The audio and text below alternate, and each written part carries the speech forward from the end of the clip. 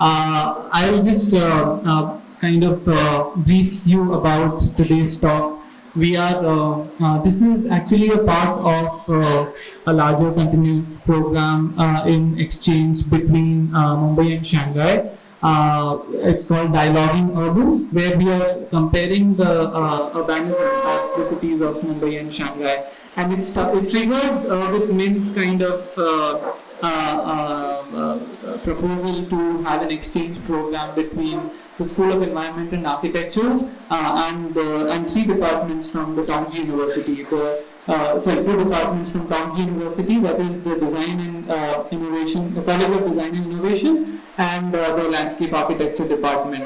So the idea of this exchange program was to send students to a context which is different or rather kind of away from ours and study a neighborhood over there. And the idea of dialoguing urban is to start a comparative analysis between these cities which have a similar kind of trajectory of urban transformation. So what we did this summer, 14 students from the School of Environment and Architecture actually traveled to Shanghai, Tongji University, and spent 20 days studying, mapping, and kind of proposing basic intervention strategies within a neighborhood in Shanghai. So what we are going to do today is kind of get an overview about Shanghai and about the program that we did as an exchange with them. So we have today with us Min Tang, who is a research scholar. She's hosted by C, and she's also conducted workshops with students of C. And she's a dual PhD candidate at the KU Leuven University as well as University of Paris. And she's very interested in studying the what do you call it? Spontaneous urbanism in different cities across the world. And she's kind of developing a comparative understanding of how these processes of intervention should be both top down and bottom up in these conditions. So I will now give over to Min to kind of elaborate upon her research and then kind of invite my students to kind of show what they did at the Tongji University in China. Thanks. Hello. Yes, just for adding a thing. So today's presentation is, I will talk about actually my fieldwork, like some reflection upon my fieldwork in Mumbai, which is in Dalavi, and which for me, I think it's a quite big challenge because I'm talking about Indian case in front of the locals and also local scholars. So the second part, I will also introduce the context and also the topic of the workshop, which actually basically what you have seen here, the invisible urban patterns is the name of the workshop, but it's also related to what I'm currently doing in Mumbai. So thanks for the introduction, very long introduction, and we've been doing a lot of things in Shanghai. So today actually is a sort of summary of my fieldwork in Mumbai and also I think the summary of the students' work in Shanghai. And yeah, so these two cities, we've been putting them together a lot since Mumbai was saying that about this old Shanghai version thing. So Mumbai has been crossed through the colonization of Portuguese, then the British laid down the infrastructures during 18th to 20th century, and then there's currently new urban transformation and also suburbanization happening. Meanwhile, Shanghai's urbanization started mostly from 18th century. So after it has been first opened up as a port and also giving central land to various Western countries as foreign settlements. So from that sense, Shanghai has also this kind of colonization history.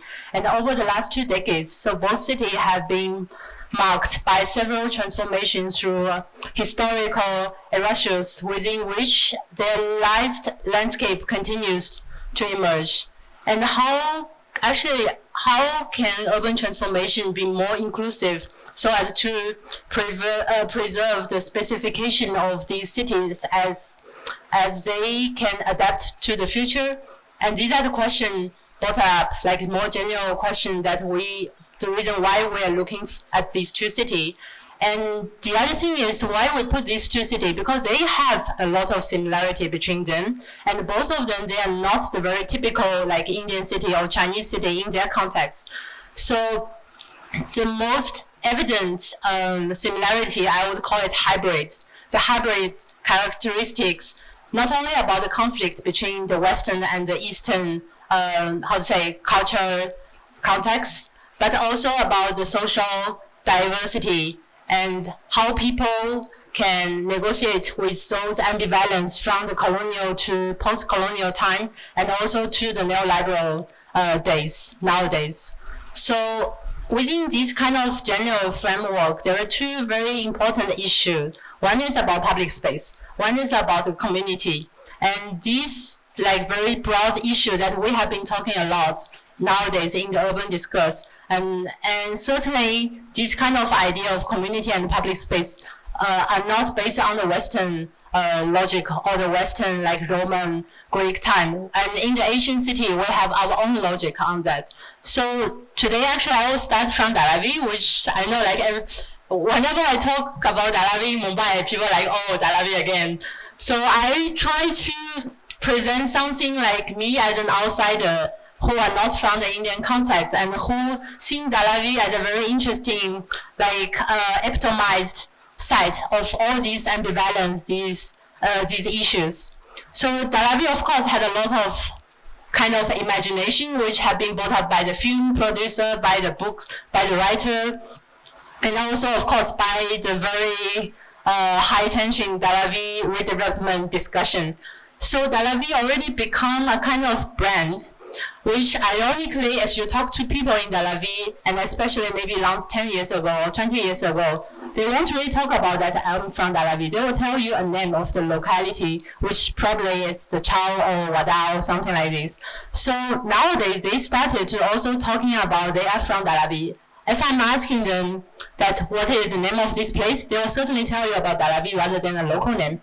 Because so this kind of imagination that has been constructed by all these medias and also discussion not only influence the other people from Mumbai, but also for the Dharavi residents actually. So they are kind of labeling themselves as Dharavi dwellers or Dharaviers. And actually this photo at the right side, ironically, this was a signboard in Dharavi, which shows, but it's a plan, so it's not the actual situation. It's actually the redevelopment plan with proposed 5 sectors, and even this middle road doesn't exist. So this is a kind of plan that they put it in the signboard in Dharavi, which shows kind of showing what kind of place it is. This I found is very interesting conflicts. And of course, what is Dharavi? It has been saying that the marshland isolated by the railways, and it's also the fish village, the Koliwada, which considered as the initial part of Dharavi and with their holy maidens. This one. And there are a lot of discussion on the recycling, on the all different kind of flourished industry in this very compact land. And also, of course, about slums, about SRA, about low-income housing, and also infrastructure issues. And after 1992, especially during the 1992 violent time, so Dharavi has been brought up to the discussion about the crossroad of ethnicity, caste, and religions. And it's also people and their ritual event. And it's about the crafts that come from their caste or about the commerce, about all these kind of dynamic economic activities there. And of course, it's a ground of politics.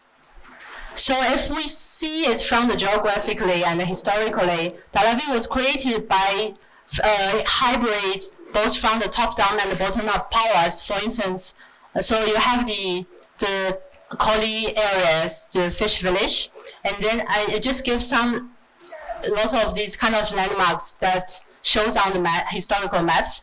And then there is a leather tannery coming in. The pottery from Gujarat has been relocated by the government, by the authority from South Mumbai to this marshland. And also, of course, there are a lot of South Indians coming in. And And nowadays, the government also built a lot of chow there. So you would find often the name called BMC chow or Navi chow or this kind of public housing on this land. And so Dalavi has been recognized as slum in 1971, and it's so it has been so discussed not only because of the dynamics and the kind of hybrid characteristic it has, and also because it's actually occupied 10% of the total slum area. So the significance size of the area and also the location of the land drive Dalavi into the center of discourse. And yeah, so just a very brief geographical thing. So currently it had been a land packed with these boundary. So the boundary has been created, the recognition of the boundary was since the redevelopment plan. So before, if you ask people in Matunga labor camp, they don't say that they're from Dalavi, because during the British time, there was a division here. So that's Sai and that's Matunga. And of course, to profiling such space, to profiling the socio-economic profiles of such space, it's quite difficult. So on the left, you have the 1986 Spark survey, which apparently they were based on the name of the Naga and Chao, and trying to see this as a unity of these settlements. And then on the right hand, these are the data that I got from the computation 2 years ago. So while they were giving the data of surveys, they kind of highlight the 5 sectors which has been brought up from the redevelopment discourse. So that's a very different way to recognize the different unity of Dalavi, and acknowledging all these kind of complexity and dynamics. So my first approach was to look into this unity. Actually, what is a community and what constitutes the urban collective life in Dalavi, and how the idea of community has structured Dalavi's social spatial patterns throughout the historical development and transformation. So it's about a dialectic understanding of the social spatial configuration and in the urban life, and which is about most the attachment, the belonging, and also of the freedom. So of course, when we talk about the village in the city, so like architects or urbanists somehow have a kind of ideology of reproducing those villages in the city. And of course, the Koli Wada, the fish village, came up first, since it has been like the initial inhabitant for that land, even for Mumbai, for such a long time.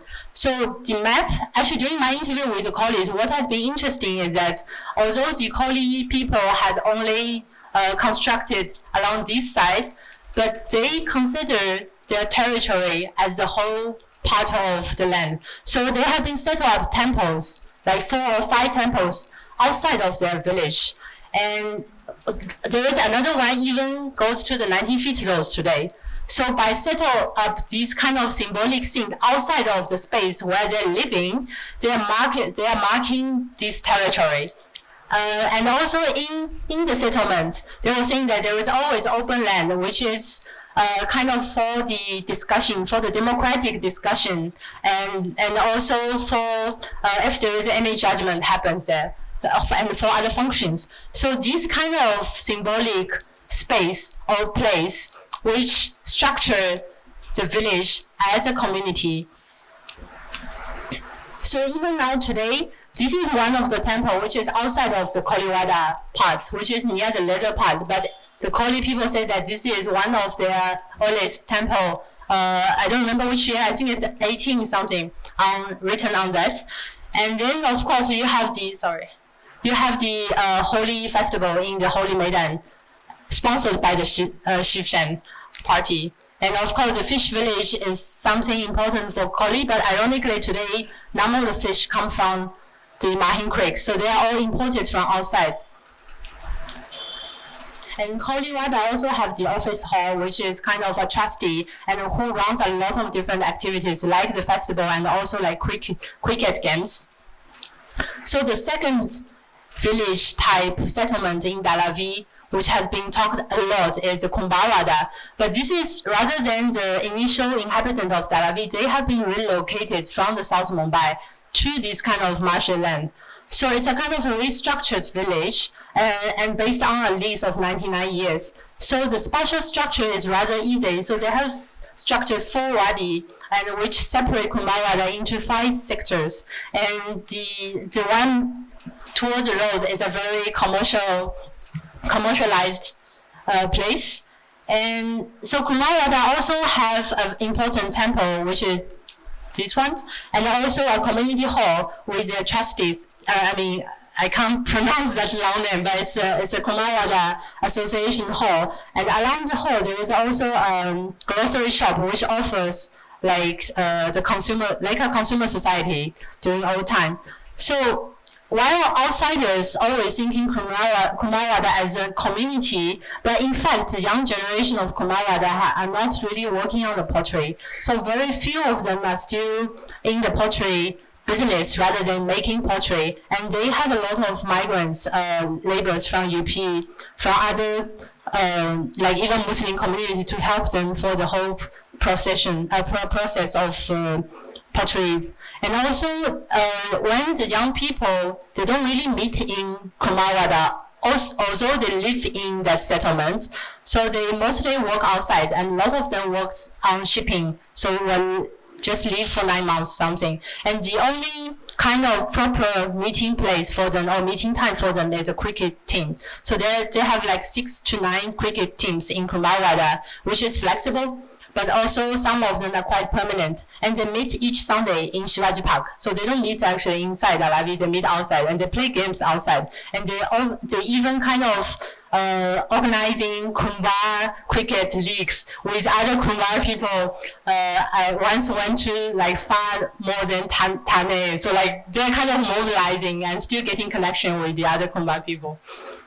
And then I moved to Andhra Karnataka groups. So the interesting thing is these people, when they come to Dalavi, so they were occupying the land. They are the squatters. They occupy the vacant land, and then they started to build up an office first, and then temples in the 1960s, and they officially formed the trustee in 1970s, and also then developed a primary school on 1989, and a junior college in 1991. So my very rough structure, my very rough sketch is just showing how these different important, let's say, community infrastructure, community space has been gradually established around the land. So the people are living behind the Kamlaji school, like around this area and this area. And the social structure is just like this, and this.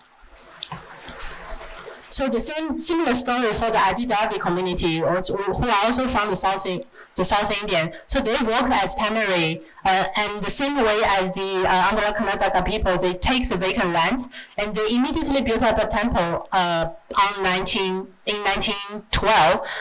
Because they were explaining that these people, they were the scheduled castes, so the Dalits, and they're not allowed to enter a temple in the rural area. So when they move to the urban land, they feel like they need such, it's a very hierarchy environment. They need such mental support. So they built up a temple, and it became a very famous, the second oldest Ganesh temple in Dalavi, and who organize every year a very huge celebration.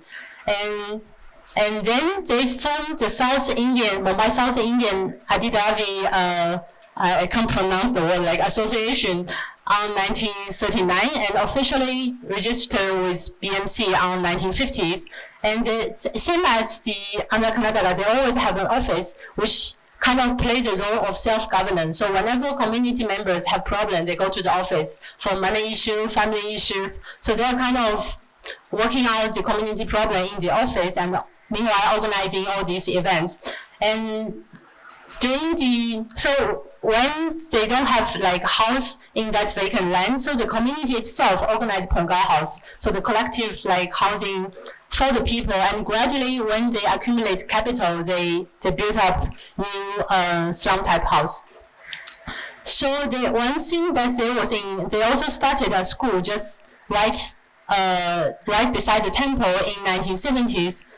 And officially, the school has been opened in 1999, so quite recent.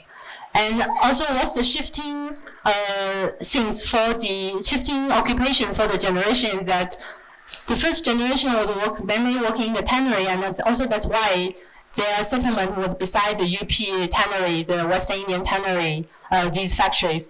And the second generation still worked in the tannery, but look for a public service job. And the third generation, they were mostly working in the government service, and the fourth are more like freedom, like who want to become doctor, engineer, but who might also drive taxi, etc.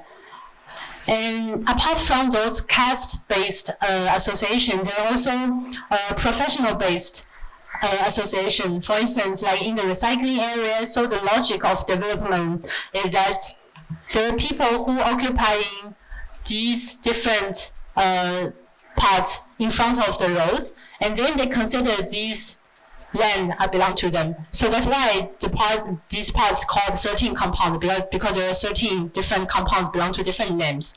And it's, of course, illegal occupation. But now what they have formed is the All Plastic Recyclers Association, and also there is a Dalavi Businessman Welfare Association. So these associations mostly dealing with those people who work in the recycling area, although 80% are from UP. But they are kind of combining different people from different castes and originality, and even Muslim Hindu together. And they have been the second generation working on that. So UP is actually a very confusing group of people for me, because whenever I ask UP people, like those who work in the leather part have never interact with those who work in the recycling part, and those who work on the garments, they probably they join sometimes that kind of association, but later somehow it's a kind of individual groups. And then those people who sells vegetables in front of the Galavi main road, they are also from UP. So the UP people have different occupation, and they're not necessarily staying together because they are from UP. But however, they are kind of the space that they have been settled on is kind of concentrated. So it's along the Dalavi main road and two sides, and also there is one part is more in the 1950 road. So I've been asking one young UP businessman who works in the leather to draw me a map to tell me about his territory. And his building has been, he lives in an SRA building, so the child is no more there.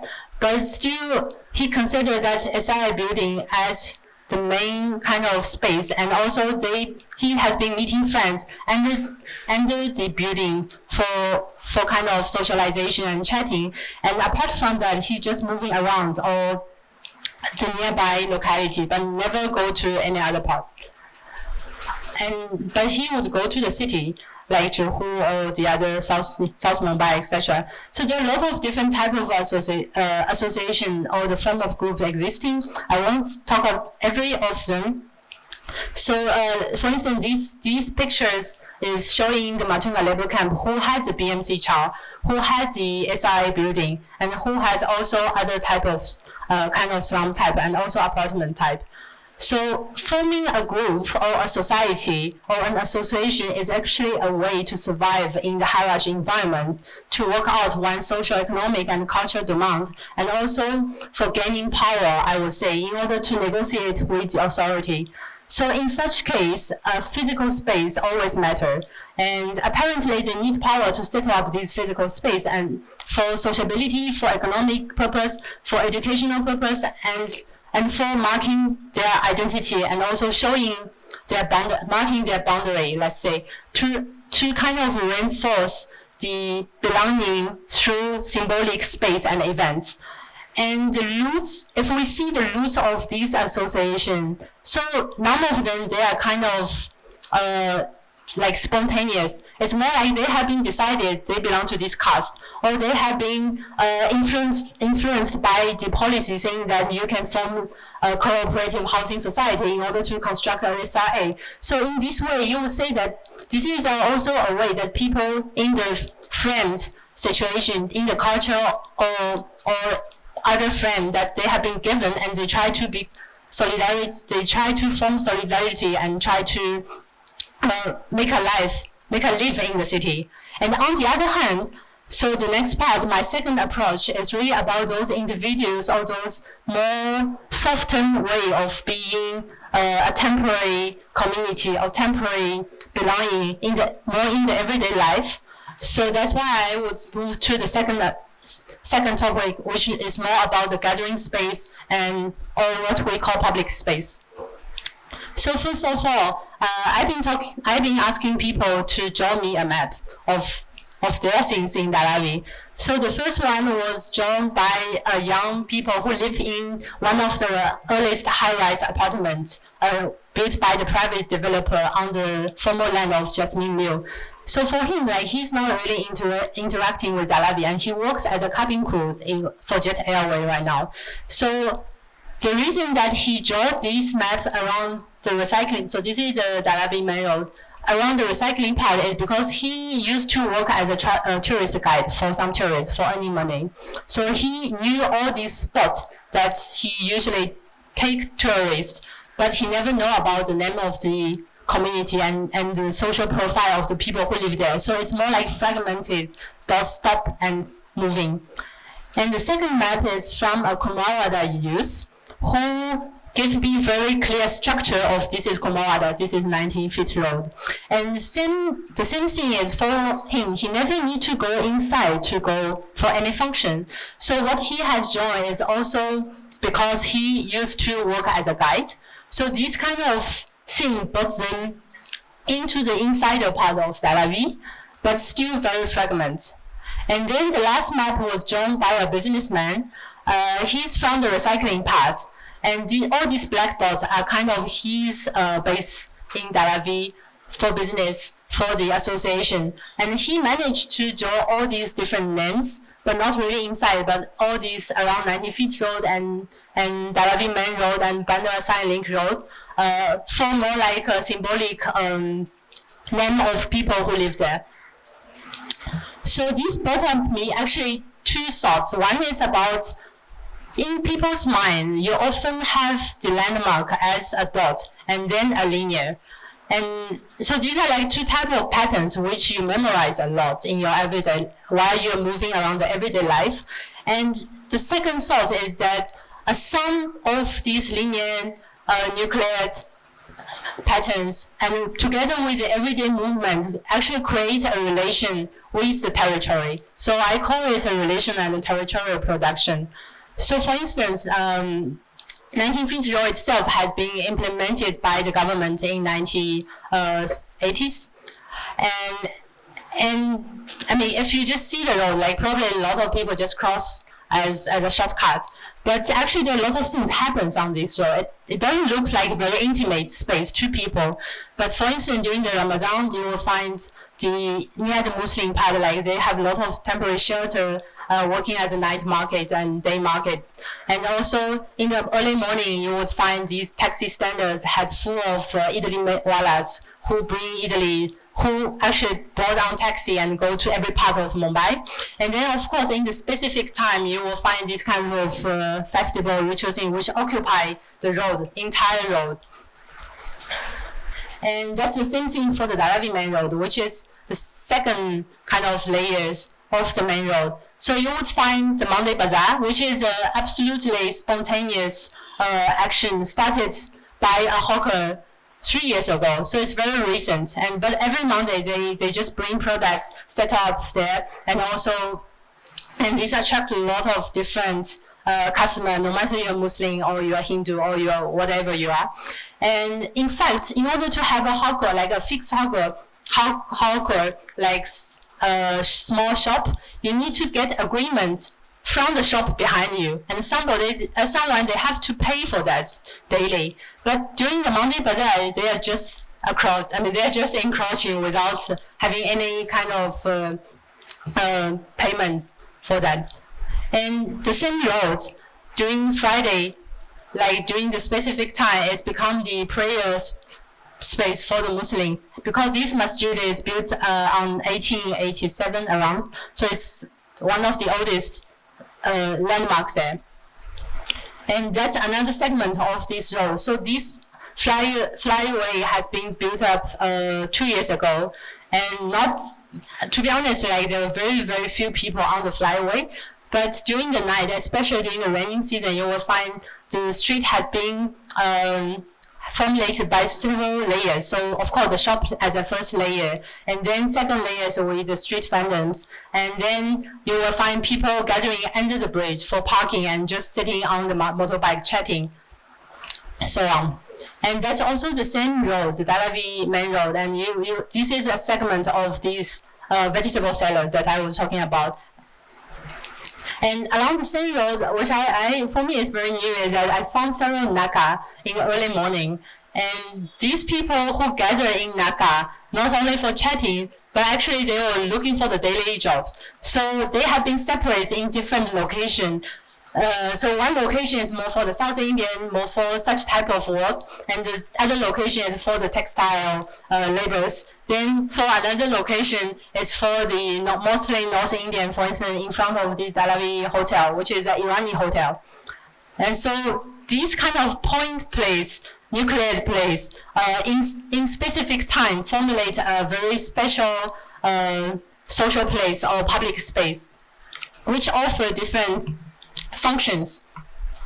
And these Naka are often located at the junction, the landmark, and they, like this kind of, yes, I knew why you're laughing at actually inside.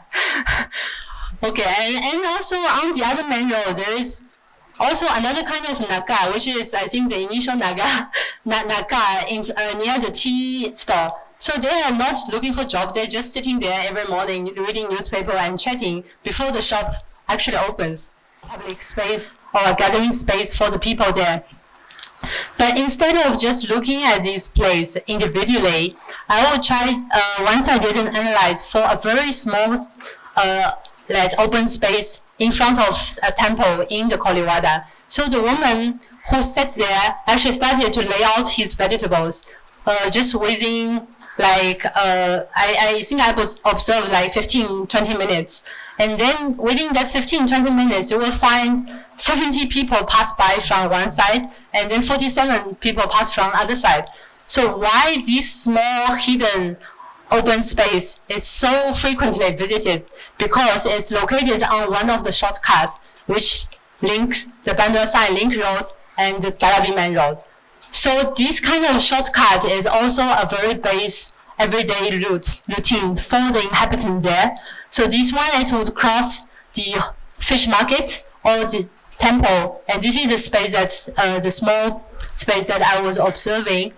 This is the small open space that I was observing, and then there is the church behind this, and then it goes to the bus stop.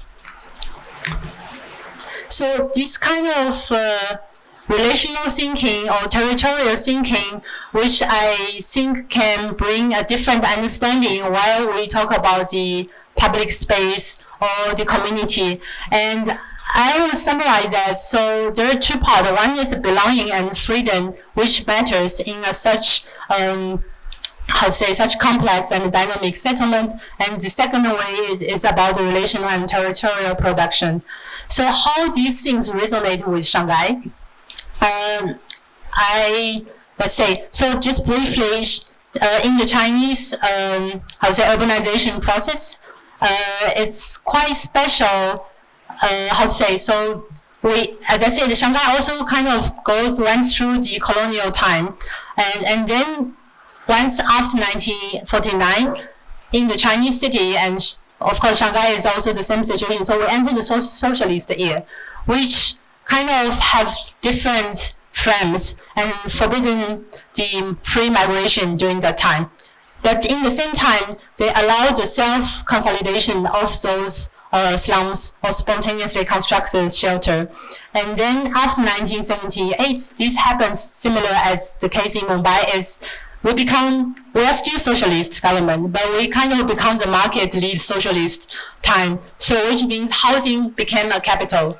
And that brought up a lot of conflicts and urban regeneration in the time of Shanghai.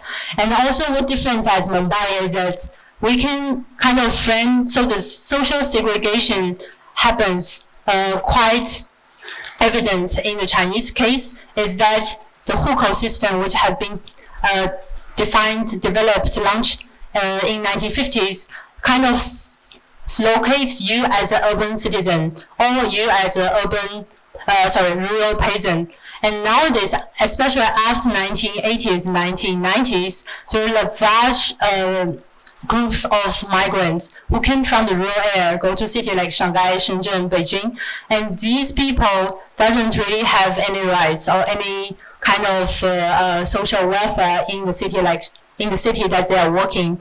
So these are considered as floating population, and the diagram actually shows these three types of social group, how they live. I won't explain too much. And then Shanghai has been like the urban explorer of Shanghai mainly happens after 1959, after new development of Chinese socialist government, and before. During the colonial time, it was the foreigners, it was the French, the British, who started to urbanize Shanghai and who started to building like road, basic infrastructure, build tramway, and also develop the housing market. So these are what we call public house today. It's like the Chow in Mumbai, we call it Linong. And this map actually shows the distribution of the slum in Shanghai. So apparently, So these lines are the border of French concession and the British concession, and this is the initial Chinese town, which is the gated city, and all these dots are either outside of the foreign concession, or this is the only place which is inside. So this is one of the industrial zone, and it's also the site of studying of the students in Shanghai this time. And nowadays, what happens so far into 2000, like almost all these penghu, the shanty in the city center has been demolished, and that's also why the reason we choose this part as a case study in order to comparing with Mumbai. So this place is located at the north and eastern waterfront of Huangpu River in Shanghai. So it has been structured. So the first layers is part of the public concession, which is absolutely industrial layers.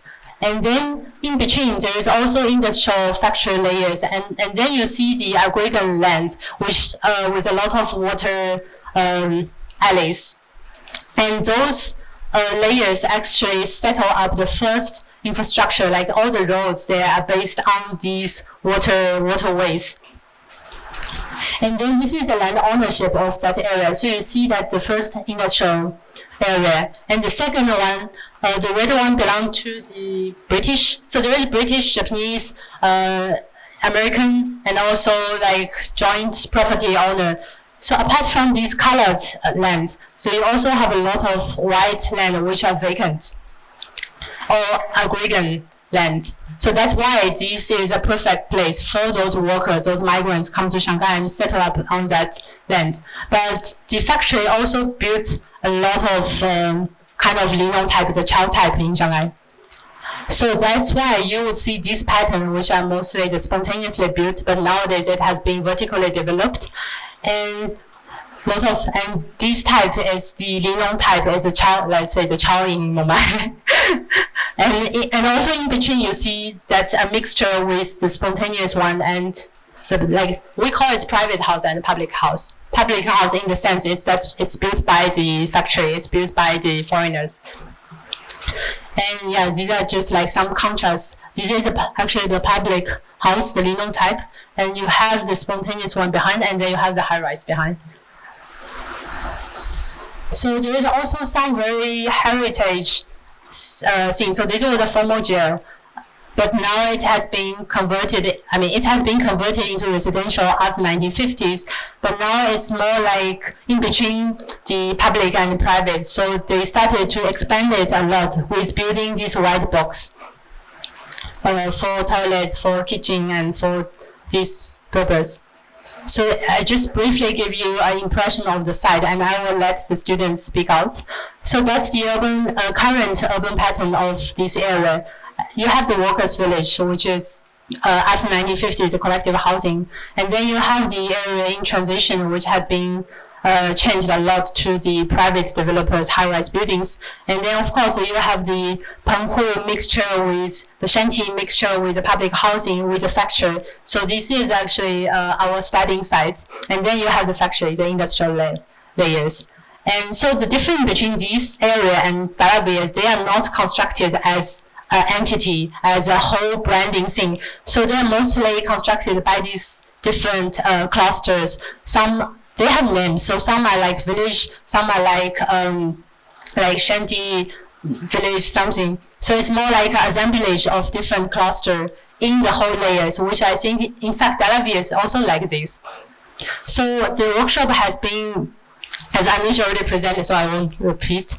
And then these are the keywords that students give, the students from C have given as a first impression for the complex area. So you see someone write about the child, about the language, think, smells, because the Chinese always cook, they always cook outside in that area. And then we've been structured the whole study also based on the linear and the nuclear patterns. Firstly, because we don't want students to get lost in this very vague land and complex land, and also we've been divided them into 7 groups. So today, and we made them to have a reflection upon what is nuclear pattern, what is linear pattern, and how it's contribute to the alternative thinking of public space.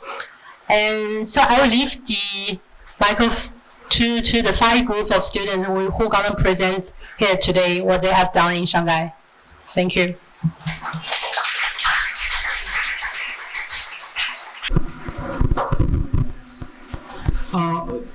We had, like Min said, we had 7 groups in Shanghai working on the entire neighborhood.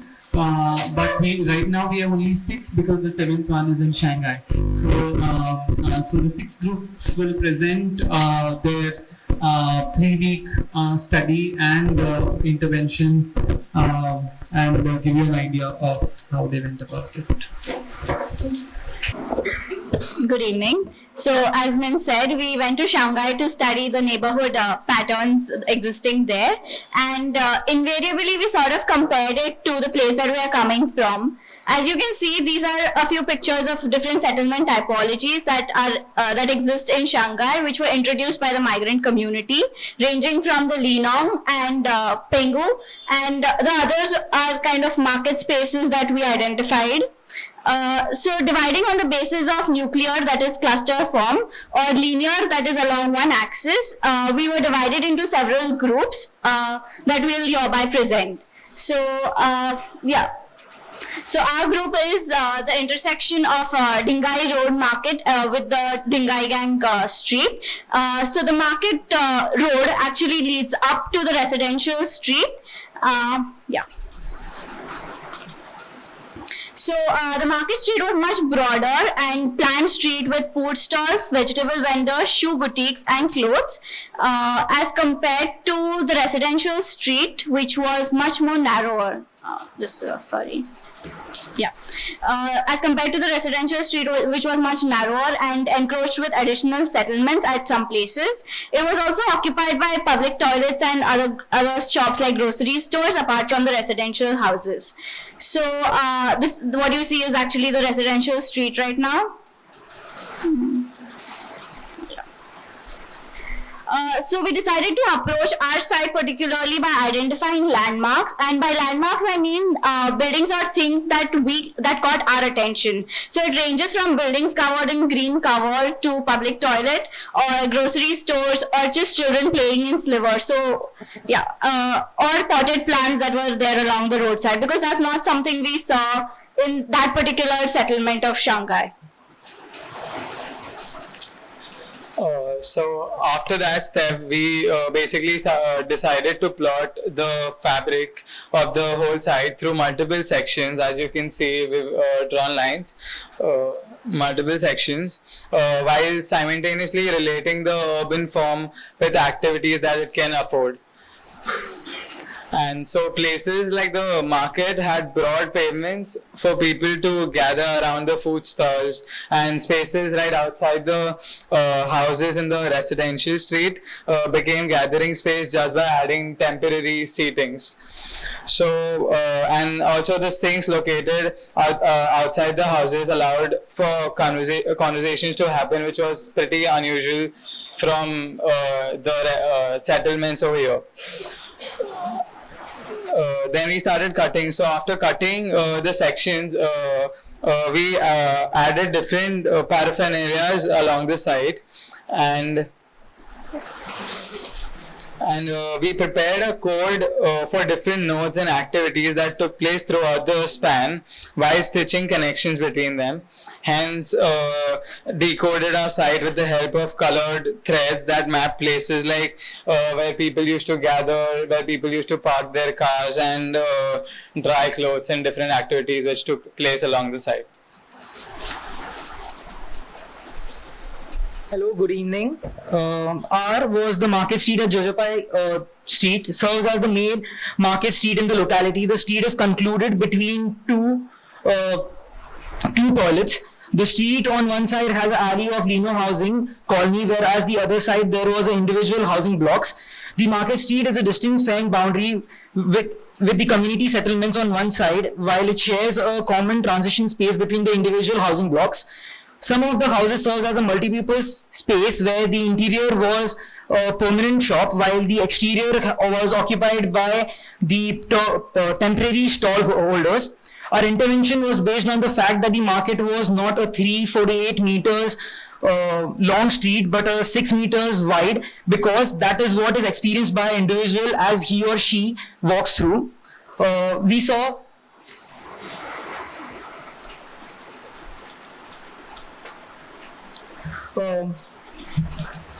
can we go back?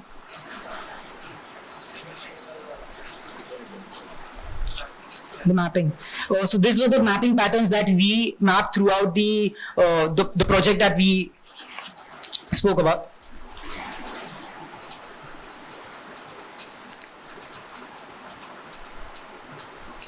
We saw these cases as a units which formed a landscape of which this whole, which was a lens through which we saw the whole market street. Currently, only a meter of the street was available, but our intervention was in order to be able to open up the space and create a possibility to utilize much more, which was 4 meters. The idea of how the space talks to you was talks to you as the horizontal space become vertical was the basis of our intervention. Our aim was to maintain a balance throughout the street. Thank you. So we studied the lanes and alleys along the Zuziapai road. The previous we discussed the market about. So we studied 2 types of linear patterns. One is the cluster housing. It follows an unplanned and haphazard pattern, and one is the lean-on housing, which follows the grid pattern. The lean-on housing are the house provided by the governments and the factories for the residents who stay there, and the self-built is a spontaneous housing. So we observed the different types of spaces which transitioned due to human activity and presence, which were public, private, semi-public, semi-private, the garden spaces and the void spaces in the self-built housing. We tried to analyze the patterns which were formed due to these transitioning spaces through the idea of color coding them and placing them on the map. Also, we tried to analyze how humans reacted and behaved to these transforming spaces through the medium of postcards. So this is a public house which follows grid pattern, and the other one is the cluster house which have a haphazard and unplanned grid. Also, the voids in the cluster houses what we noticed was that they were very small spaces for humans to use. So these spaces became leftover spaces, and these spaces were only used by animals, and thus became their navigation routes. So these void spaces became the basis of our design intervention. In a very conceptual stage, the idea was to project these spaces above the roof level so as to activate them and also to bring into play the other typology of spaces that we observed in the area.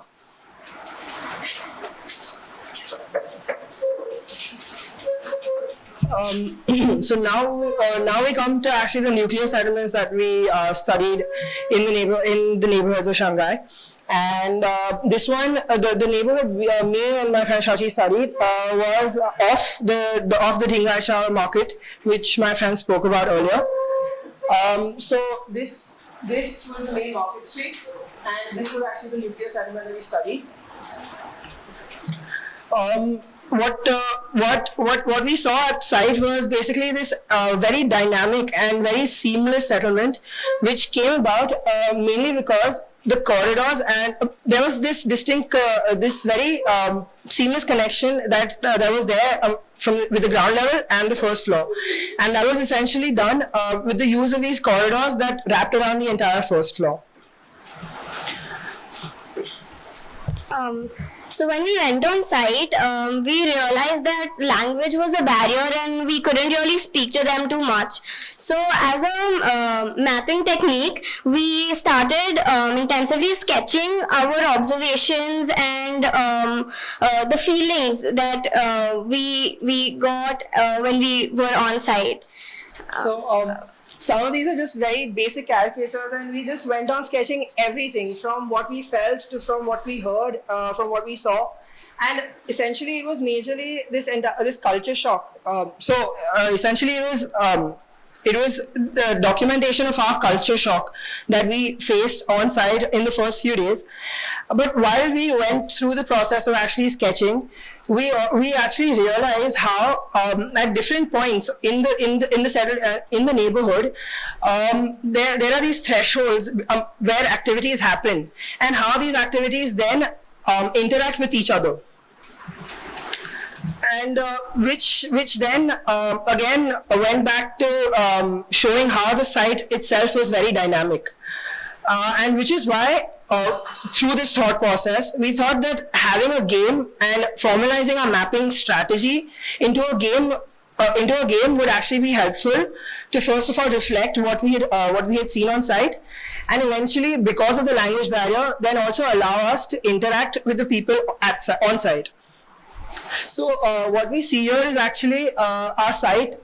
This is a picture taken from a drone, and we then modeled our site we just blocked our site, and that was actually the game that we eventually came up with. So the idea of the game was to be able to show the possibilities that these activities are the possibility that how these activities actually come together at different places, and also how they can reconfigure themselves, and how you can just take one activity as in lift a tile from one place to the other and place it somewhere else, and how then you start having a different interaction altogether. So we thought that this was the best way of showing the dynamic nature of the site that we observed, and also how when two different activities are juxtaposed and put together, there are new possibilities that are formed. So after this, taking the idea of the game further, and then eventually leading up to the design problem, and we always in the back of our minds, we knew that we were eventually going to intervene at site. So to locate the most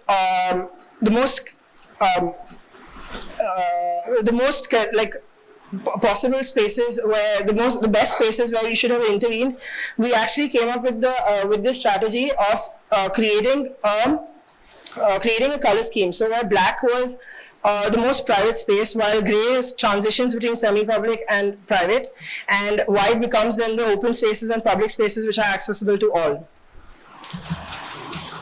So on site, when both of us went on site and we played these games with actually different age groups, and the aim was to understand how people from different age groups and people people who have different, who look at space differently, how would they then through the medium of our game, envision their spaces and their clusters in their own neighborhood.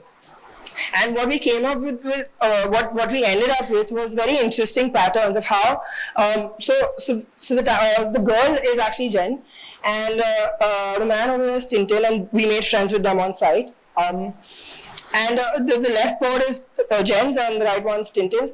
And what we actually saw while comparing these two was this vast difference of how Jen saw the space and how Tintin actually saw the space. So for Tintin, a lot of the spaces actually became these places where he would assemble with his friends and play mahjong and or just essentially meet and eat dinner together, since most of them are working. And while Jen actually was more about where she plays and who she like when we entered the site, then she said that this is the place I usually go and like interact. I mean, that's where she would usually be around, and that's how she would meet more people there, and she would meet her friends over there. So looking at the language that our site presented, and we actually thought that intervening in the site would be most effective when we actually thought of it as modules. And because we had got actually from the locals itself the zoning patterns, because they had zoned the area according to what they felt was most public and most private to them, we knew exactly where we should actually place our interventions. So we then went on and actually created this map where we thought that we should have our modules placed, and we went on to design the modules. But at the back of our heads, we always knew that the aim was to actually, because it was nuclear settlement and it becomes this very introverted. It has a boundary wall all along. It's a nuclear settlement, so our aim was actually to open it up to the settlement around. And that's why we then the module system then allows for us to get this all together into the main the central courtyard, and allow for like a public gathering. So opening up the space in that manner as well. So we were studying five different categorized five different public spaces of different scales and different paces and different intensities of sound. So we were mapping all these five kind of different spaces of different scales using the idea of sound. And yeah, so these two spaces are on the right hand side. It's the mahjong room, which is a very small kind of a space, which is organized by a woman inside her house, and people pay her to play the game. And so there's a particular timing when a particular time and a particular age group comes here to play and they play almost the whole day. And the intensity of sound here is very dense, because it's a quite a small room, and there are no such openings that the sound would transmit.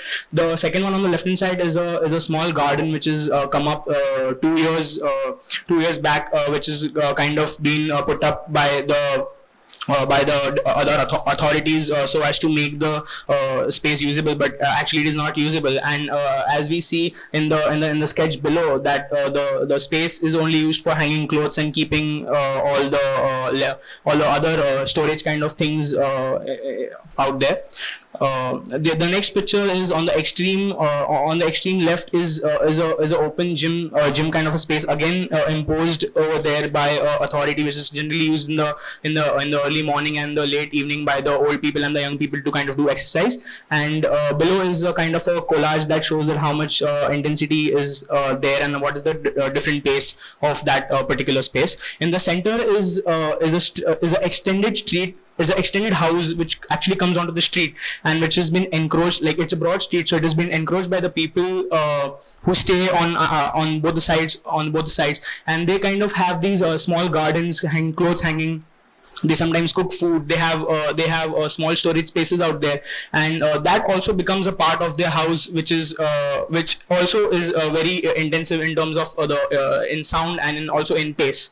And on the extreme right is a public park where they have these similar kind of gymming exercising tools which are provided by the authorities. And then it is exactly in the at the corner. For example, if we see in this map, the public park, which is that one is exactly at a junction where there's a lot of traffic and there are a lot of grocery stores and a lot of eateries out there. So the intensity of sound and the kind of sound which is there is completely different. So we kind of tabulated all the different spaces, and so the red marks are when we kind of documented those spaces, and all these spaces are being used by different age groups, and all have different intensity of sound.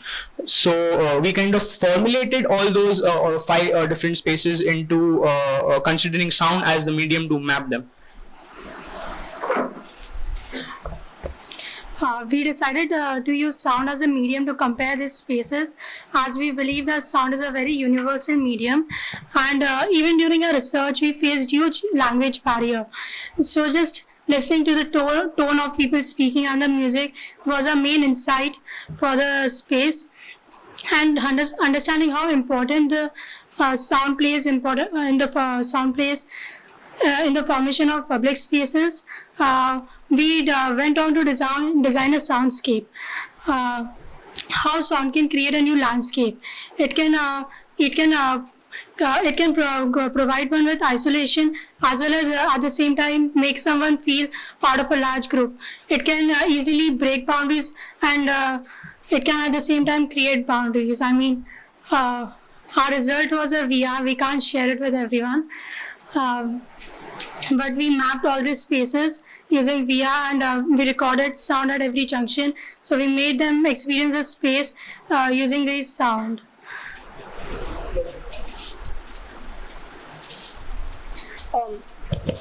The next site was the Dingacha Mutual Aid Society. The Mutual Aid Society acted as the nucleus in the neighborhood, as it conducted many activities for different age groups, where the people in the neighborhood would come together.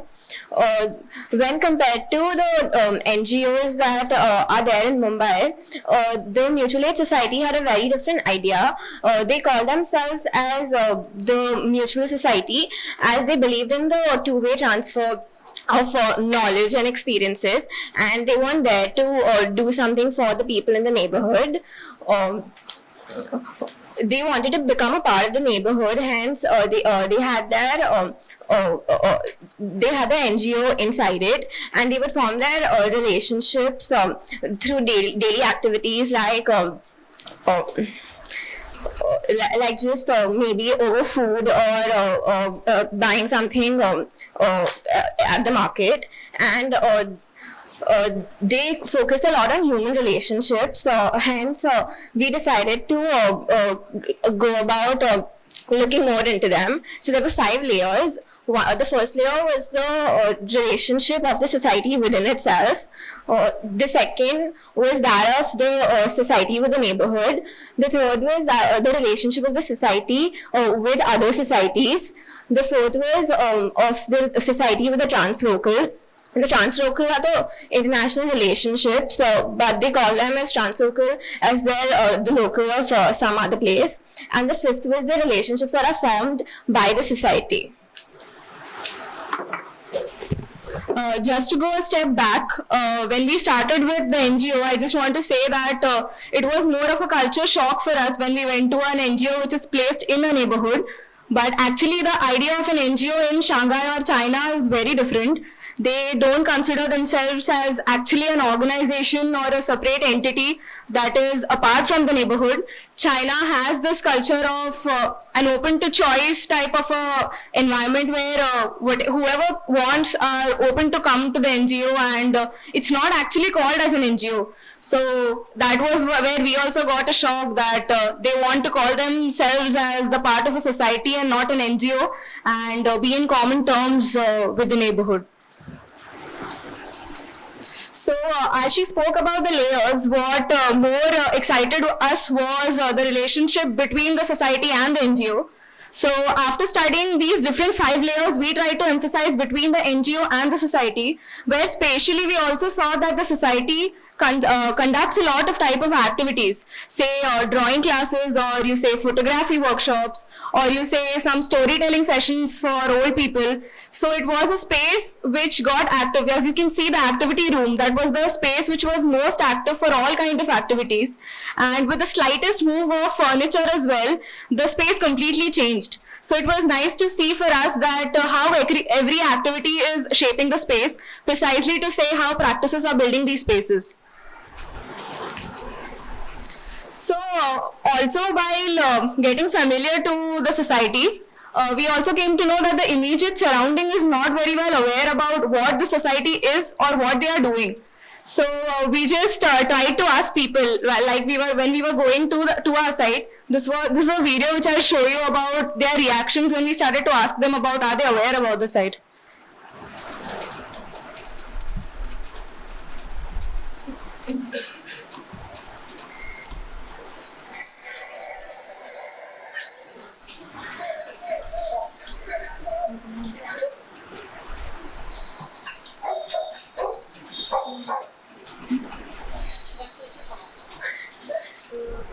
Seems like the life more colorful because of the different activities. Yes, influence more people, attract more people to come here.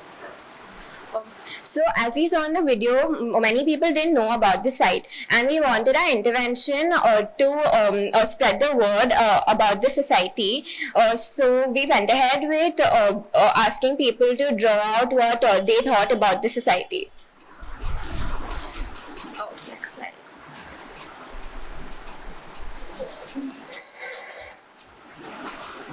So now because we saw that the society and the activities which it conducts is very tied within itself and the neighborhood is not aware about it. We wanted to flow this around the neighborhood and make the neighborhood aware about it. So we also decided that an intervention necessarily need not be anything physical, but slightly generating a medium where you can just try to spread a message is also equivalent to create an intervention. So what we did was we went to these people and we tried to ask them to map what they feel about the society, either through illustrative manners or about some writings or some words which come to their mind. So taking some of their sketches ahead and having some of the idea of how we see the society, we started developing these postcards, and we actually started distributing them to the neighborhood around, and you can say that this was our intervention. So one more thing was when we were intervening the site, we really didn't understand should we call this site as a nuclear or a linear pattern. And also we thought that does always space have to define itself because of the way it is? Like just because it's a street, is it to be called as a linear settlement or a linear way? So we also termed this space as a nuclear space because of the experience or because of the layering that we found while intervening through the site. And these were the different reactions which we got when we started posting these postcards, just putting them into their houses or just randomly keeping it on the shops. So it was altogether a very new experience for us because for the first time it was not an intervention which was physical, but in a way it felt a little familiar also because I think Mumbai and Shanghai do share some similarities between them. So as a whole it was nice, and that's it. Thank you. So I'll just quickly show some cross-section of photos that we during the workshop.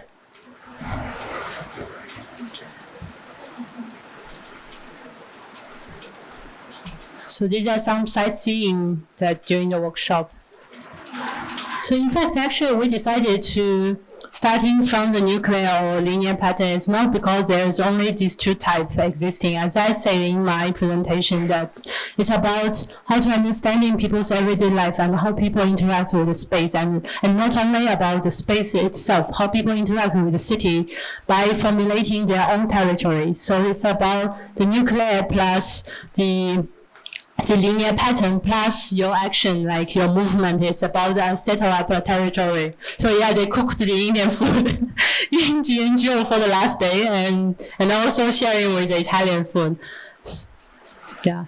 So actually, so this is come from a book that we're trying to put all the things together and formulating a discussion. So I will open the floor to the questions. And also I want to introduce, actually I'm happy that some of my Dalawi friends are here. So like, I just said, like doing presentation in front of the locals are very challenging. So I hope they can be also, they would also involve in the discussion session. Yeah. So any questions or comments or remarks?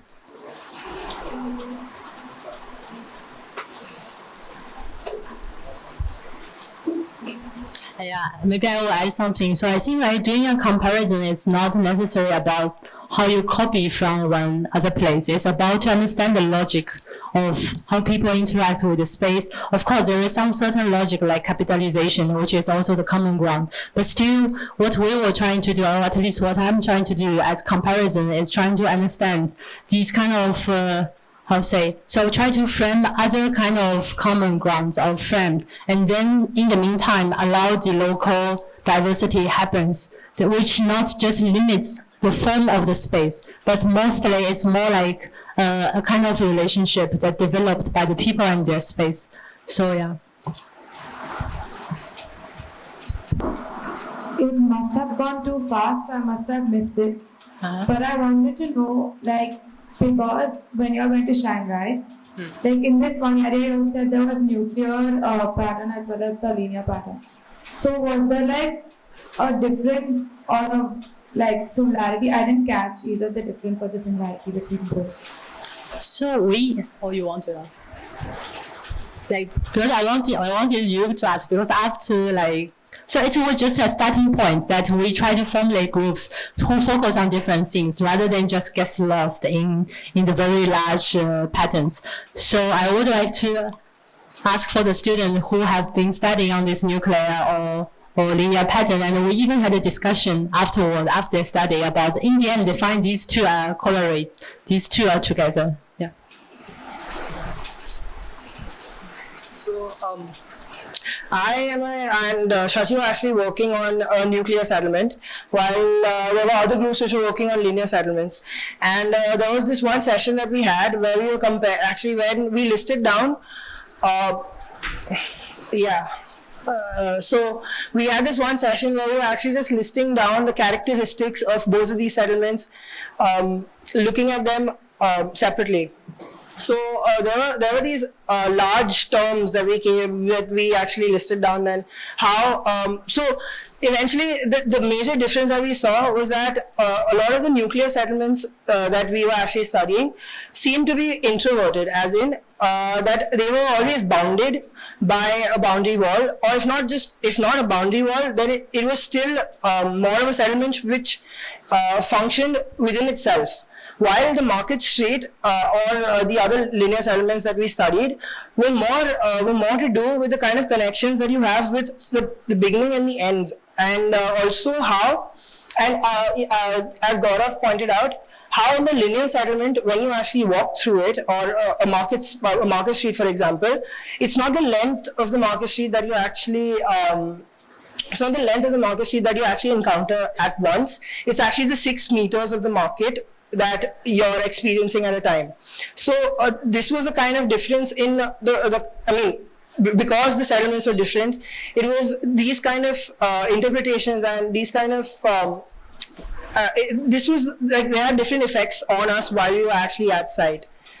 So just looking at the board, then we had these overhanging terms where the linear patterns were spoke more about transformatory spaces and how people would just bring their chairs onto the street and then that becomes like a junction and a node. While in a nuclear pattern, people are more like so another thing that we actually missed out in our presentations was that the kitchens, interestingly, in Shanghai, most of the kitchenettes were outside the houses. And the house spaces actually were small and the kitchenettes were outside. And this entire setting or the setup that we actually saw actually caused a lot the people to spend more time on the outside. And eventually you have to eat and then you cook on the outside, and you usually cook at a similar time during the day. So it activates the space in that fashion also. So I don't know if I'm exactly answering your question, but this were like the broad sort of characteristics that we saw in the linear and the nuclear patterns in Shanghai. And I would like to add to that, but like when he told that we were having these kind of discussions between the linear pattern and the nuclear pattern, there was also a question that are they interrelated? Like because there is an interrelation, because these linear patterns create certain kind of nucleuses inside that whole linear street. So if you look at that one whole linear market or that linear street, there are a lot of smaller nucleuses which are sometimes you miss them, or sometimes you just capture them and not the linear pattern. So also if we see, like, there were a lot of similarities between both the nuclear and the linear patterns, and also they kind of create each other in certain manner. And also through our presentation, we've been saying that we saw a lot of similarity in the settlements in Mumbai and Shanghai. Mainly these were the reasons actually, because when we actually boiled it down, the crux of it seemed to be common in both places. I would add something on that. So if you see the case of 90 feet low, like a huge boulevard, so when you saw that people in crouches, it's always kind of at the edge. So you won't go to the middle part. So it's more like edged and with small dots. So from that sense, 90 feet row itself is a linear pattern. But then if you see this each small territory that has been created by the vendors, then that's a nuclear pattern. It's coexisting. So the same case, if you see the Shivaji Park, for instance, like this kind of huge plaza or huge open space, you won't see people like really in the middle. So they were occupying the edge, and which actually create a kind of linear pattern in the nuclear pattern. So it's a matter of the scale. It's a matter of how you see the relation happen. It's a matter of how you see the activity that happens. So it's a very dialectic way. I wanted to ask one question. Since you're focusing on mapping spontaneous spaces in urban conditions, like where do you place, or rather, how do you situate the idea of spontaneity in the discourse of placemaking? Like, how does it? What are the characteristics? Yeah, I think this is one of the questions that I have been most criticized or asked in the very beginning, from the very beginning. So the spontaneous that I refer here is not about all like bottom-up things, because you won't really see any pure bottom-up things or any pure top-down things. So it's always a negotiation between bottom-up and top-down. And the spontaneous that I mean here is more about people's option and people's ability to negotiate in between this top-down and bottom-up. I mean the frame and the freedom. So from my side, when I mean spontaneous urbanism, it's referred to the group of people who are the creator, who are the user, and who are mostly the negotiator in between the broader urban system and their own individual setting, and in order to take a decision on what kind of thing to do. So for instance, the reason that why I list this kind of traditional sense of a community or village, while I'm more focusing on the young people, young generation nowadays, you would find that there are different strategies happening there. But meanwhile, when these older generation come to Mumbai, they were also young. So in that socio-economic or political frame, and with their knowledge carried on from the rural area, so the decision to make a village in the city, or to make a kind of caste-based, culture-based solidarity in the village is one of the best choice by that time. But meanwhile, nowadays, when the young generation of this slum settlement or of this kind of urban village, they have totally different ideas. So that's why I was talking about the freedom, and also this more like diffused community, the new type of community, rather than just like a village.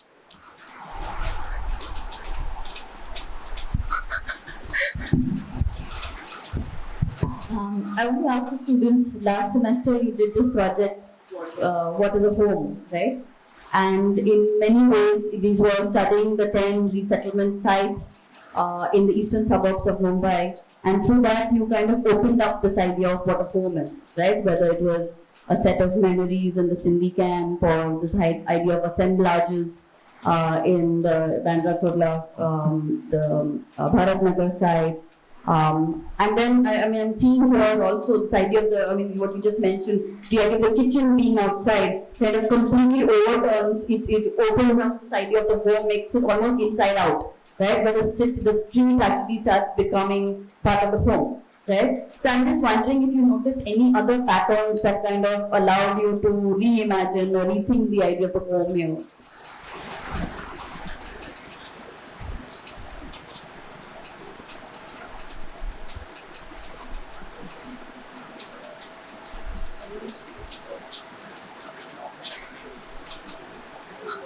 They need time to think about it. Yeah, it's an important thing to think about. You know, I mean, I don't know if you have answers right now, but it will be interesting for you to reflect on that. And really, I mean, there's all of those things. The games that you played, it almost seemed like it's a porous house. You know, it's like a continuous house, and it wasn't really the kind of containment of that house. I don't know if Min has something to add to that. But I mean, I think it'll be important to think about it.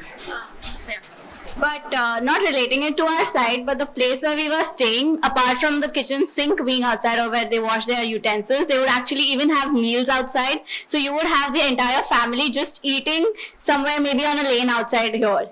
So which is not a residential street at all. Like, I mean, it's a residential street, it's within a complex, but it's within row houses. So even if, I don't think they acted like one big family, like they were very familiar with each other, they didn't greet that much as we do. But the whole idea of like just chopping vegetables outside or even eating outside with the family, it sort of opened up the idea of a house then. I mean, I think just to also continue with that, like, because in both cases, both in Mumbai and in Shanghai, the imagination of the redeveloped house, right? But whether it is this kind of redevelopment of the slum or the old houses, kind of going into those tower apartments, yeah, which has one singular imagination of what a home is, and similar things happening in Shanghai, right? Entire urban renewal kind of flattening these kind of areas and turning into these apartments. I'm wondering if, you know, any other imagination, I mean, what is the way in which you can actually, as architects, you know, kind of influence this idea of, you know, reimagining what the home is. But yeah, this is the comment.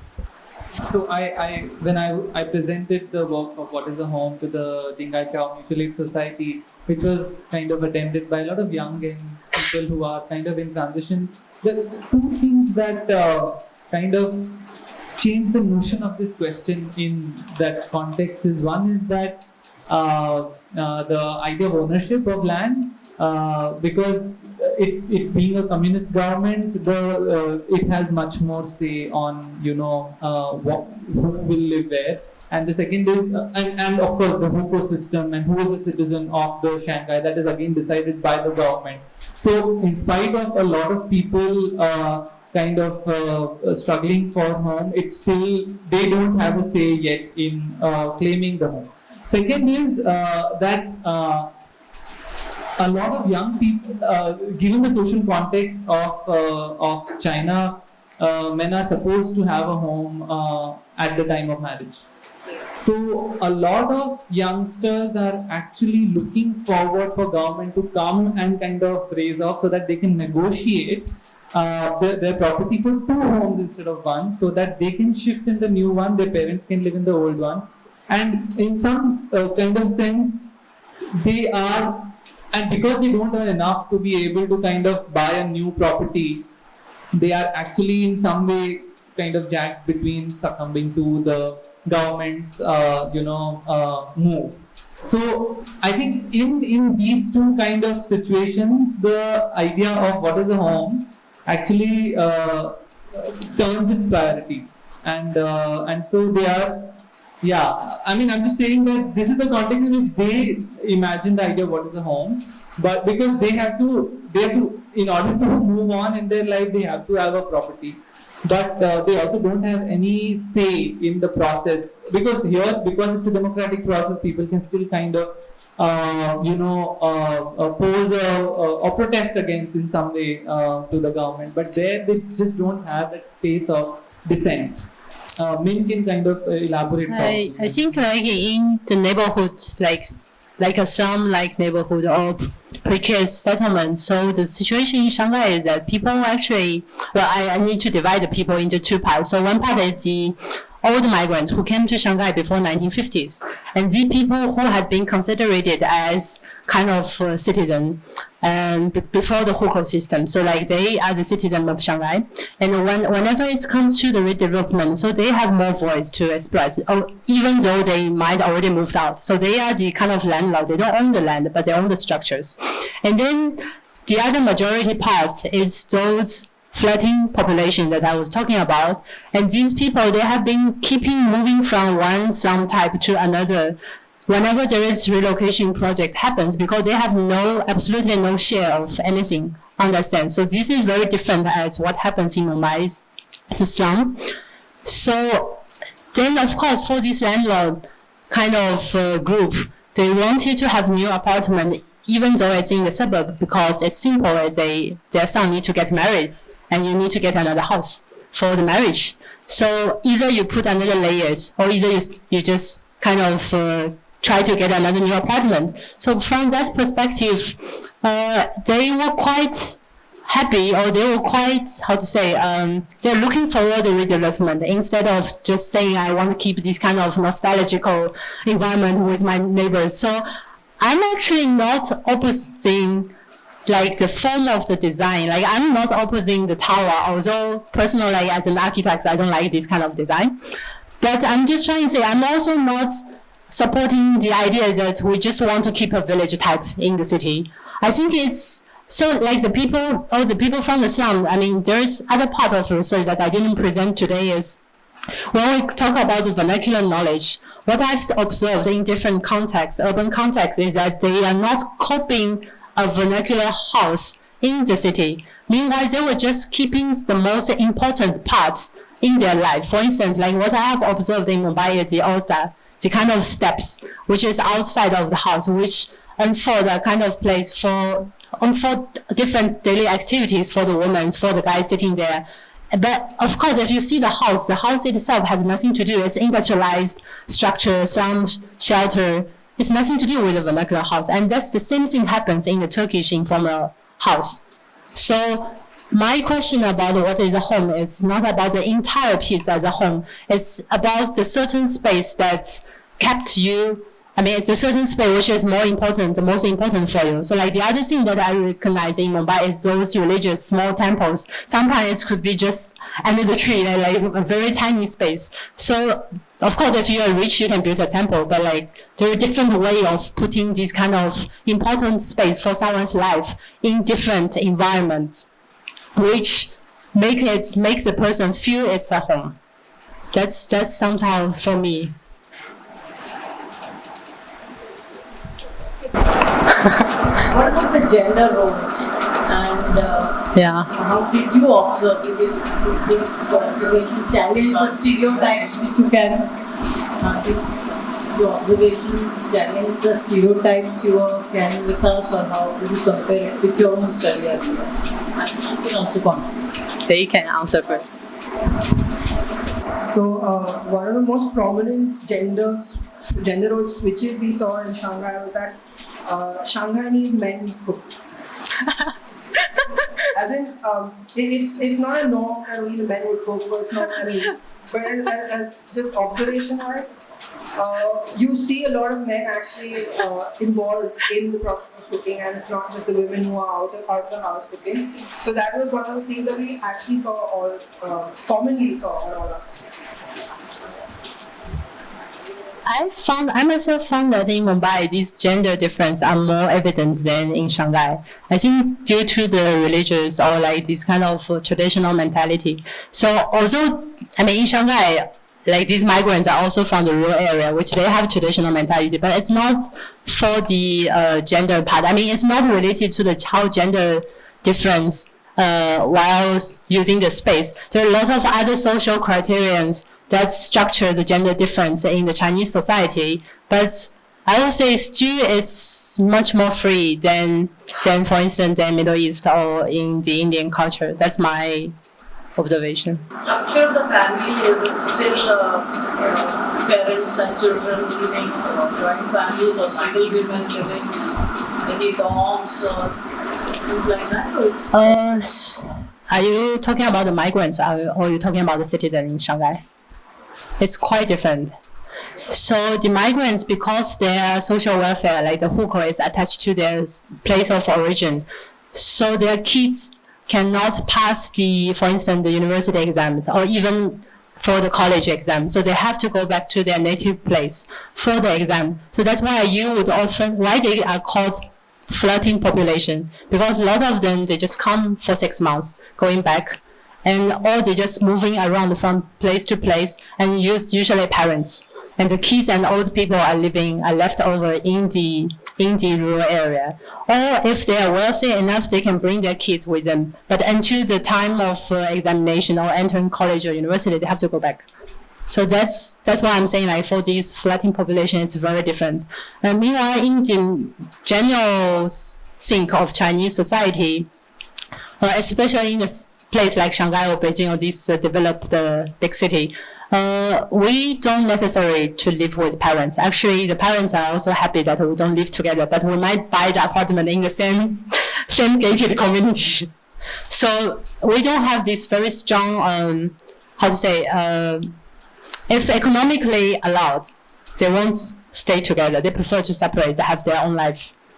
I mean, still coming, kind of looking at each other, but not in a way that we stay together, because there are lots of conflicts in the families, between the two generations, and also because my generation, we are all the only kids, so we are all the unique child in our family. So I would say, like, women won't work in all the things in home. From that sense, yeah. Are there social kitchens or community kitchens? No. That's what we have.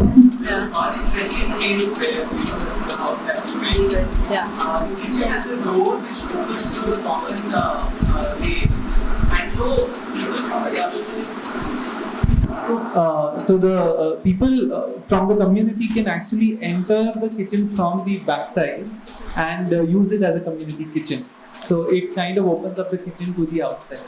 So yes, there are some cases in the Lilong type housing where the kitchen has public access. Yeah, I want to highlight that. So this type of house has been developed either before the independence, or it's after between 1950s to 1980s, before the neoliberal, like, market-led economic happens. So during that time, the socialist thinking is that people need to live collectively. So the collective thinking is very it's basically structure all your life. So you are living in a working unit. Working units, like your working place, offer you the place of staying, like the child. And then, of course, they try to minimize all the private space. Like you have very small room, then all the kitchen, toilet, and this kind of common facility has been offered. So has been provocated during that time. So the place that we went for study is basically the Lilong type, or the spontaneously built housing type. So that's why you would find this kind of common kitchen together. But if you go to the newly developed place, you won't find that. It was quite exciting to see the commonalities as well as the variations that we saw. What I would like to also seek from the students who went there to understand that there are so many intangibles that we could map from your experiences there. And as architects, we are so structured to only concentrate on the tangible frame as the means of creating something. So the aspirations and the inspirations to so many new generations that are looking at what needs to get done, which is quite an eye-opener. And just to see that we are poised to answer those questions is fantastic. I really appreciate all those questions. Thank you. Just wanted to make a clarifying point, Min, because the comparison of redevelopment in Mumbai as against that in cities of China, I mean, the comparison is not, it's not an equal comparison. Because the desire to shift to a redeveloped house in China is due to a significant improvement in the living conditions in the redeveloped house, because the redeveloped house internally as well as the outside space, in terms of also facilities, amenities, etc., is provided for. As against the redeveloped house in Mumbai, the inside and particularly the outside space is far more constrained than the inside space. So that I think I want to make that difference. And that difference is important to kind of note, because then the question, why do people would want to shift to a redeveloped house, and why is one opposing shifting to the redeveloped house? If the house is better, if the house and the housing condition is better, then there is no opposition. If what you are moving into is a house which kind of changes your life and living in a very different way, in an adverse way, then you wouldn't want to shift to that house. So it's not necessarily nostalgia which you are referring to, but I would make that difference. When one is trying to shift, here also people shift, and there is an aspiration for this thing, and we've looked at it very closely. The aspiration is something which Anu is pointing out. It becomes private property which you can trade very easily. So the desire for a new house is actually that of a property and asset which you can trade very easily, which becomes yours. In China, there is no that desire is kind of it's actually the improvement of there is a marginal improvement of the king. So even we were puzzled when we were looking at Shanghai. Why is there no resentment towards that redevelopment? Why is it so easy for people to shift? There's a thing to shift and then to move on, and it becomes a part of life. So I think the difference is to me that the kind of redevelopment that the state organizes in China is very different from the kind of redevelopment that the state facilitates in India. I think this difference has to be kind of kept in mind. I think I partially agree, but not always the case. Because some of these people, they have very good house, so they have kind of a villa type, which have been verticalized for even 5-story building. So it's not necessarily saying that the house that they are going is better than the house they are staying right now. And also what happens in such kind of settlement, those who had ability, who have been moving out, all their kids are out. So there's only old generation who stay in that as a landlord. Meanwhile, those people who really need shelter are the migrants, but they don't have any kind of accessibility to this redevelopment. So that's, first of all, that's the true part. But while in the case of Mumbai, as long as you prove the protection of the tenancy, it's something creates a very different layers on that. So that's one part. And second part, it's not saying that in China there is no opposition. So I just want to show the picture here. While we were doing the site visiting, there is demolition happening, and these ladies, they were just doing, they were living there. So they saw the foreigners coming, and they would just try to tell everything to us, trying to say what happens. So basically, they were not satisfying for the deal. So the opposition is more for getting more money rather than saying that we don't shift. Because all these kind of spontaneously construct place, so they won't calculate all the surface. So they would also calculate just part of them, saying that you got compensation for how much money, for how many per square meters. So what they were kind of struggling is for getting more money, because you would have the whole family member on that house, while you have to divide all this into, so like you won't get the whole apartment, but you need to kind of either pay something or you need to pay your brother something, or like there are a lot of conflicts between the family member as well. So it's, and the third layer that I want to say that I do feel like India is more democratic party. That's a more democratic society. So people have this mind to make a case in the court. But while in the Chinese case, these kind of redevelopment or demolition or regeneration, you won't find that they have this mind to really make a case in the government. They were struggling for getting more money, or just even there is some case that you will find a single house still kept after the whole apartment has been developed, but they weren't really trying to against the government. Because once I've been talking to an inhabitant, they will say like, you can't really against government. You would accept it, but you would negotiate it in a better way for you. Yeah, so I wanted to ask, how does the house, like when Anuj was talking about ownership of the house, I want to know, how does the house distribution work under a communist government? Like how do people get houses, and what is this idea of like when you're a marriageable age, you kind of shift, like how does that system work? So after 1950s, all the land, so there are two types of land. One is urban land, one is rural land. So the ownership of the urban land belong to the state government. Like you don't have personally owned land. And meanwhile, in the rural part, so the ownership is for the rural like village community. So it's like a collective ownership.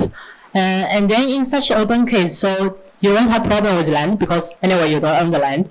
But for this informally constructed part, like before 1950s, you own the structure. So you kind of had a paper from the government saying that you own the structure. But if you are adding things on that, I'm not sure how they can prove that this part is also. So that's why I was saying, even for the house in the village, usually what happens is that you own the structure, but the structure has been limited on certain spaces, which probably they came for the first time and noted down how much space it has. So which caused a lot of confliction while facing the relocation project, because like in the rural area, it's common that everyone develops their own structure. So even in that case, how does the, like if it works that way, then now when the land has been taken over the government and it's being redistributed, is it like some kind of equal proportion of space in which like a particular family, like does each family get the same amount of square area? No. So so the house itself is a property. So it's a commodity. You need to buy the house. So when you buy the house, so now what happens? There is a 70 years lease, and no one would know what's gonna happen after 70 years because it's just in the middle, like 40 years. So we don't know what's gonna happen. Probably you're gonna pay some like tax and then you keep living on that. But the lease and the land is completely separate things. Negotiations on the kind of compensation that they would get instead of, so often, and these are sometimes, traded within communities, like on the pretext of who came when in the city and who started occupying when.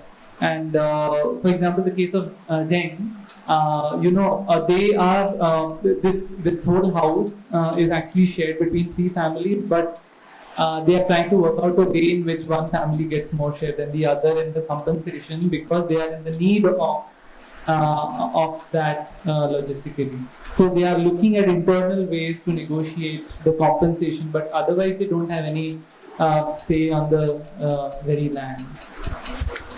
I would have a question for the Mumbaikers. So I was quite interested in the Pakati system,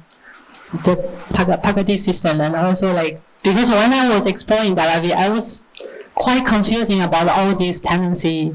Like they say that they can sell the structure, but they need to still pay the landlord something, and they are still paying the rent while they say that I own this structure. So this is something that I'm quite confused about. And the second thing is I wanted to ask my friend from actually not from Dharavi, but I want to ask you about your idea of community. Like, so I'll introduce Santosh. So he's one of the person who stay in the Ponga house and just go to abroad, coming back. back to the native place, and then go back to Mumbai to Punga house again. So it's like keeping moving. I'm not like nomadic person. Yeah.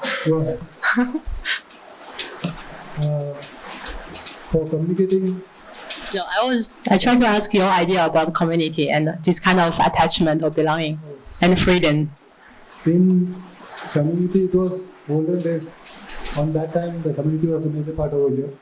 But now it's not like that. Those guys like me, maybe those guys who are 30, I think those guys don't take community too serious.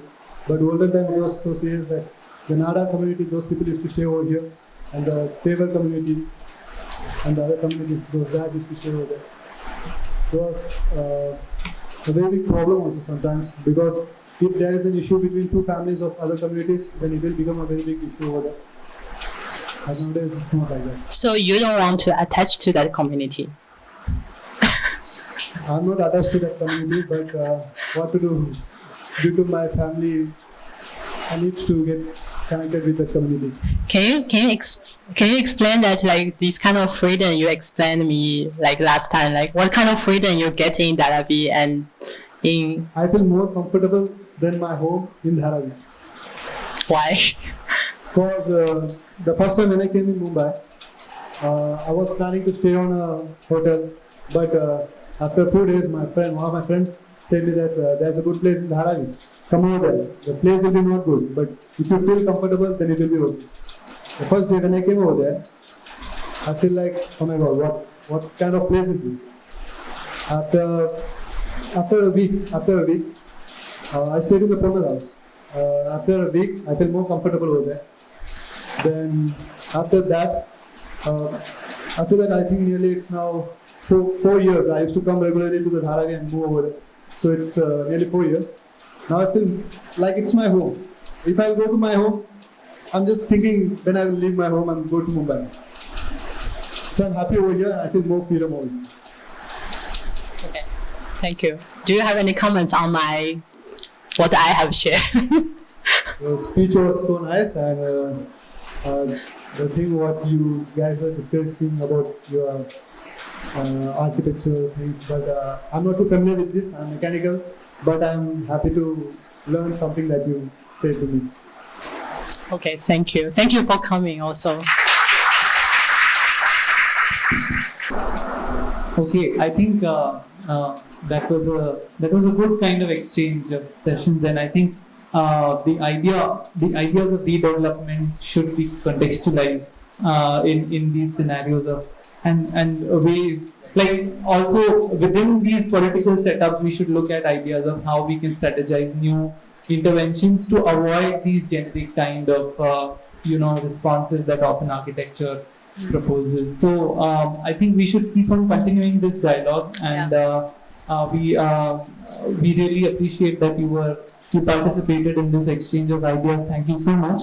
Thank you, Min, for sharing your notes on Mumbai. Thank you all the students. It was really nice to see all the work together from you all. And thank you audience for posing such interesting questions.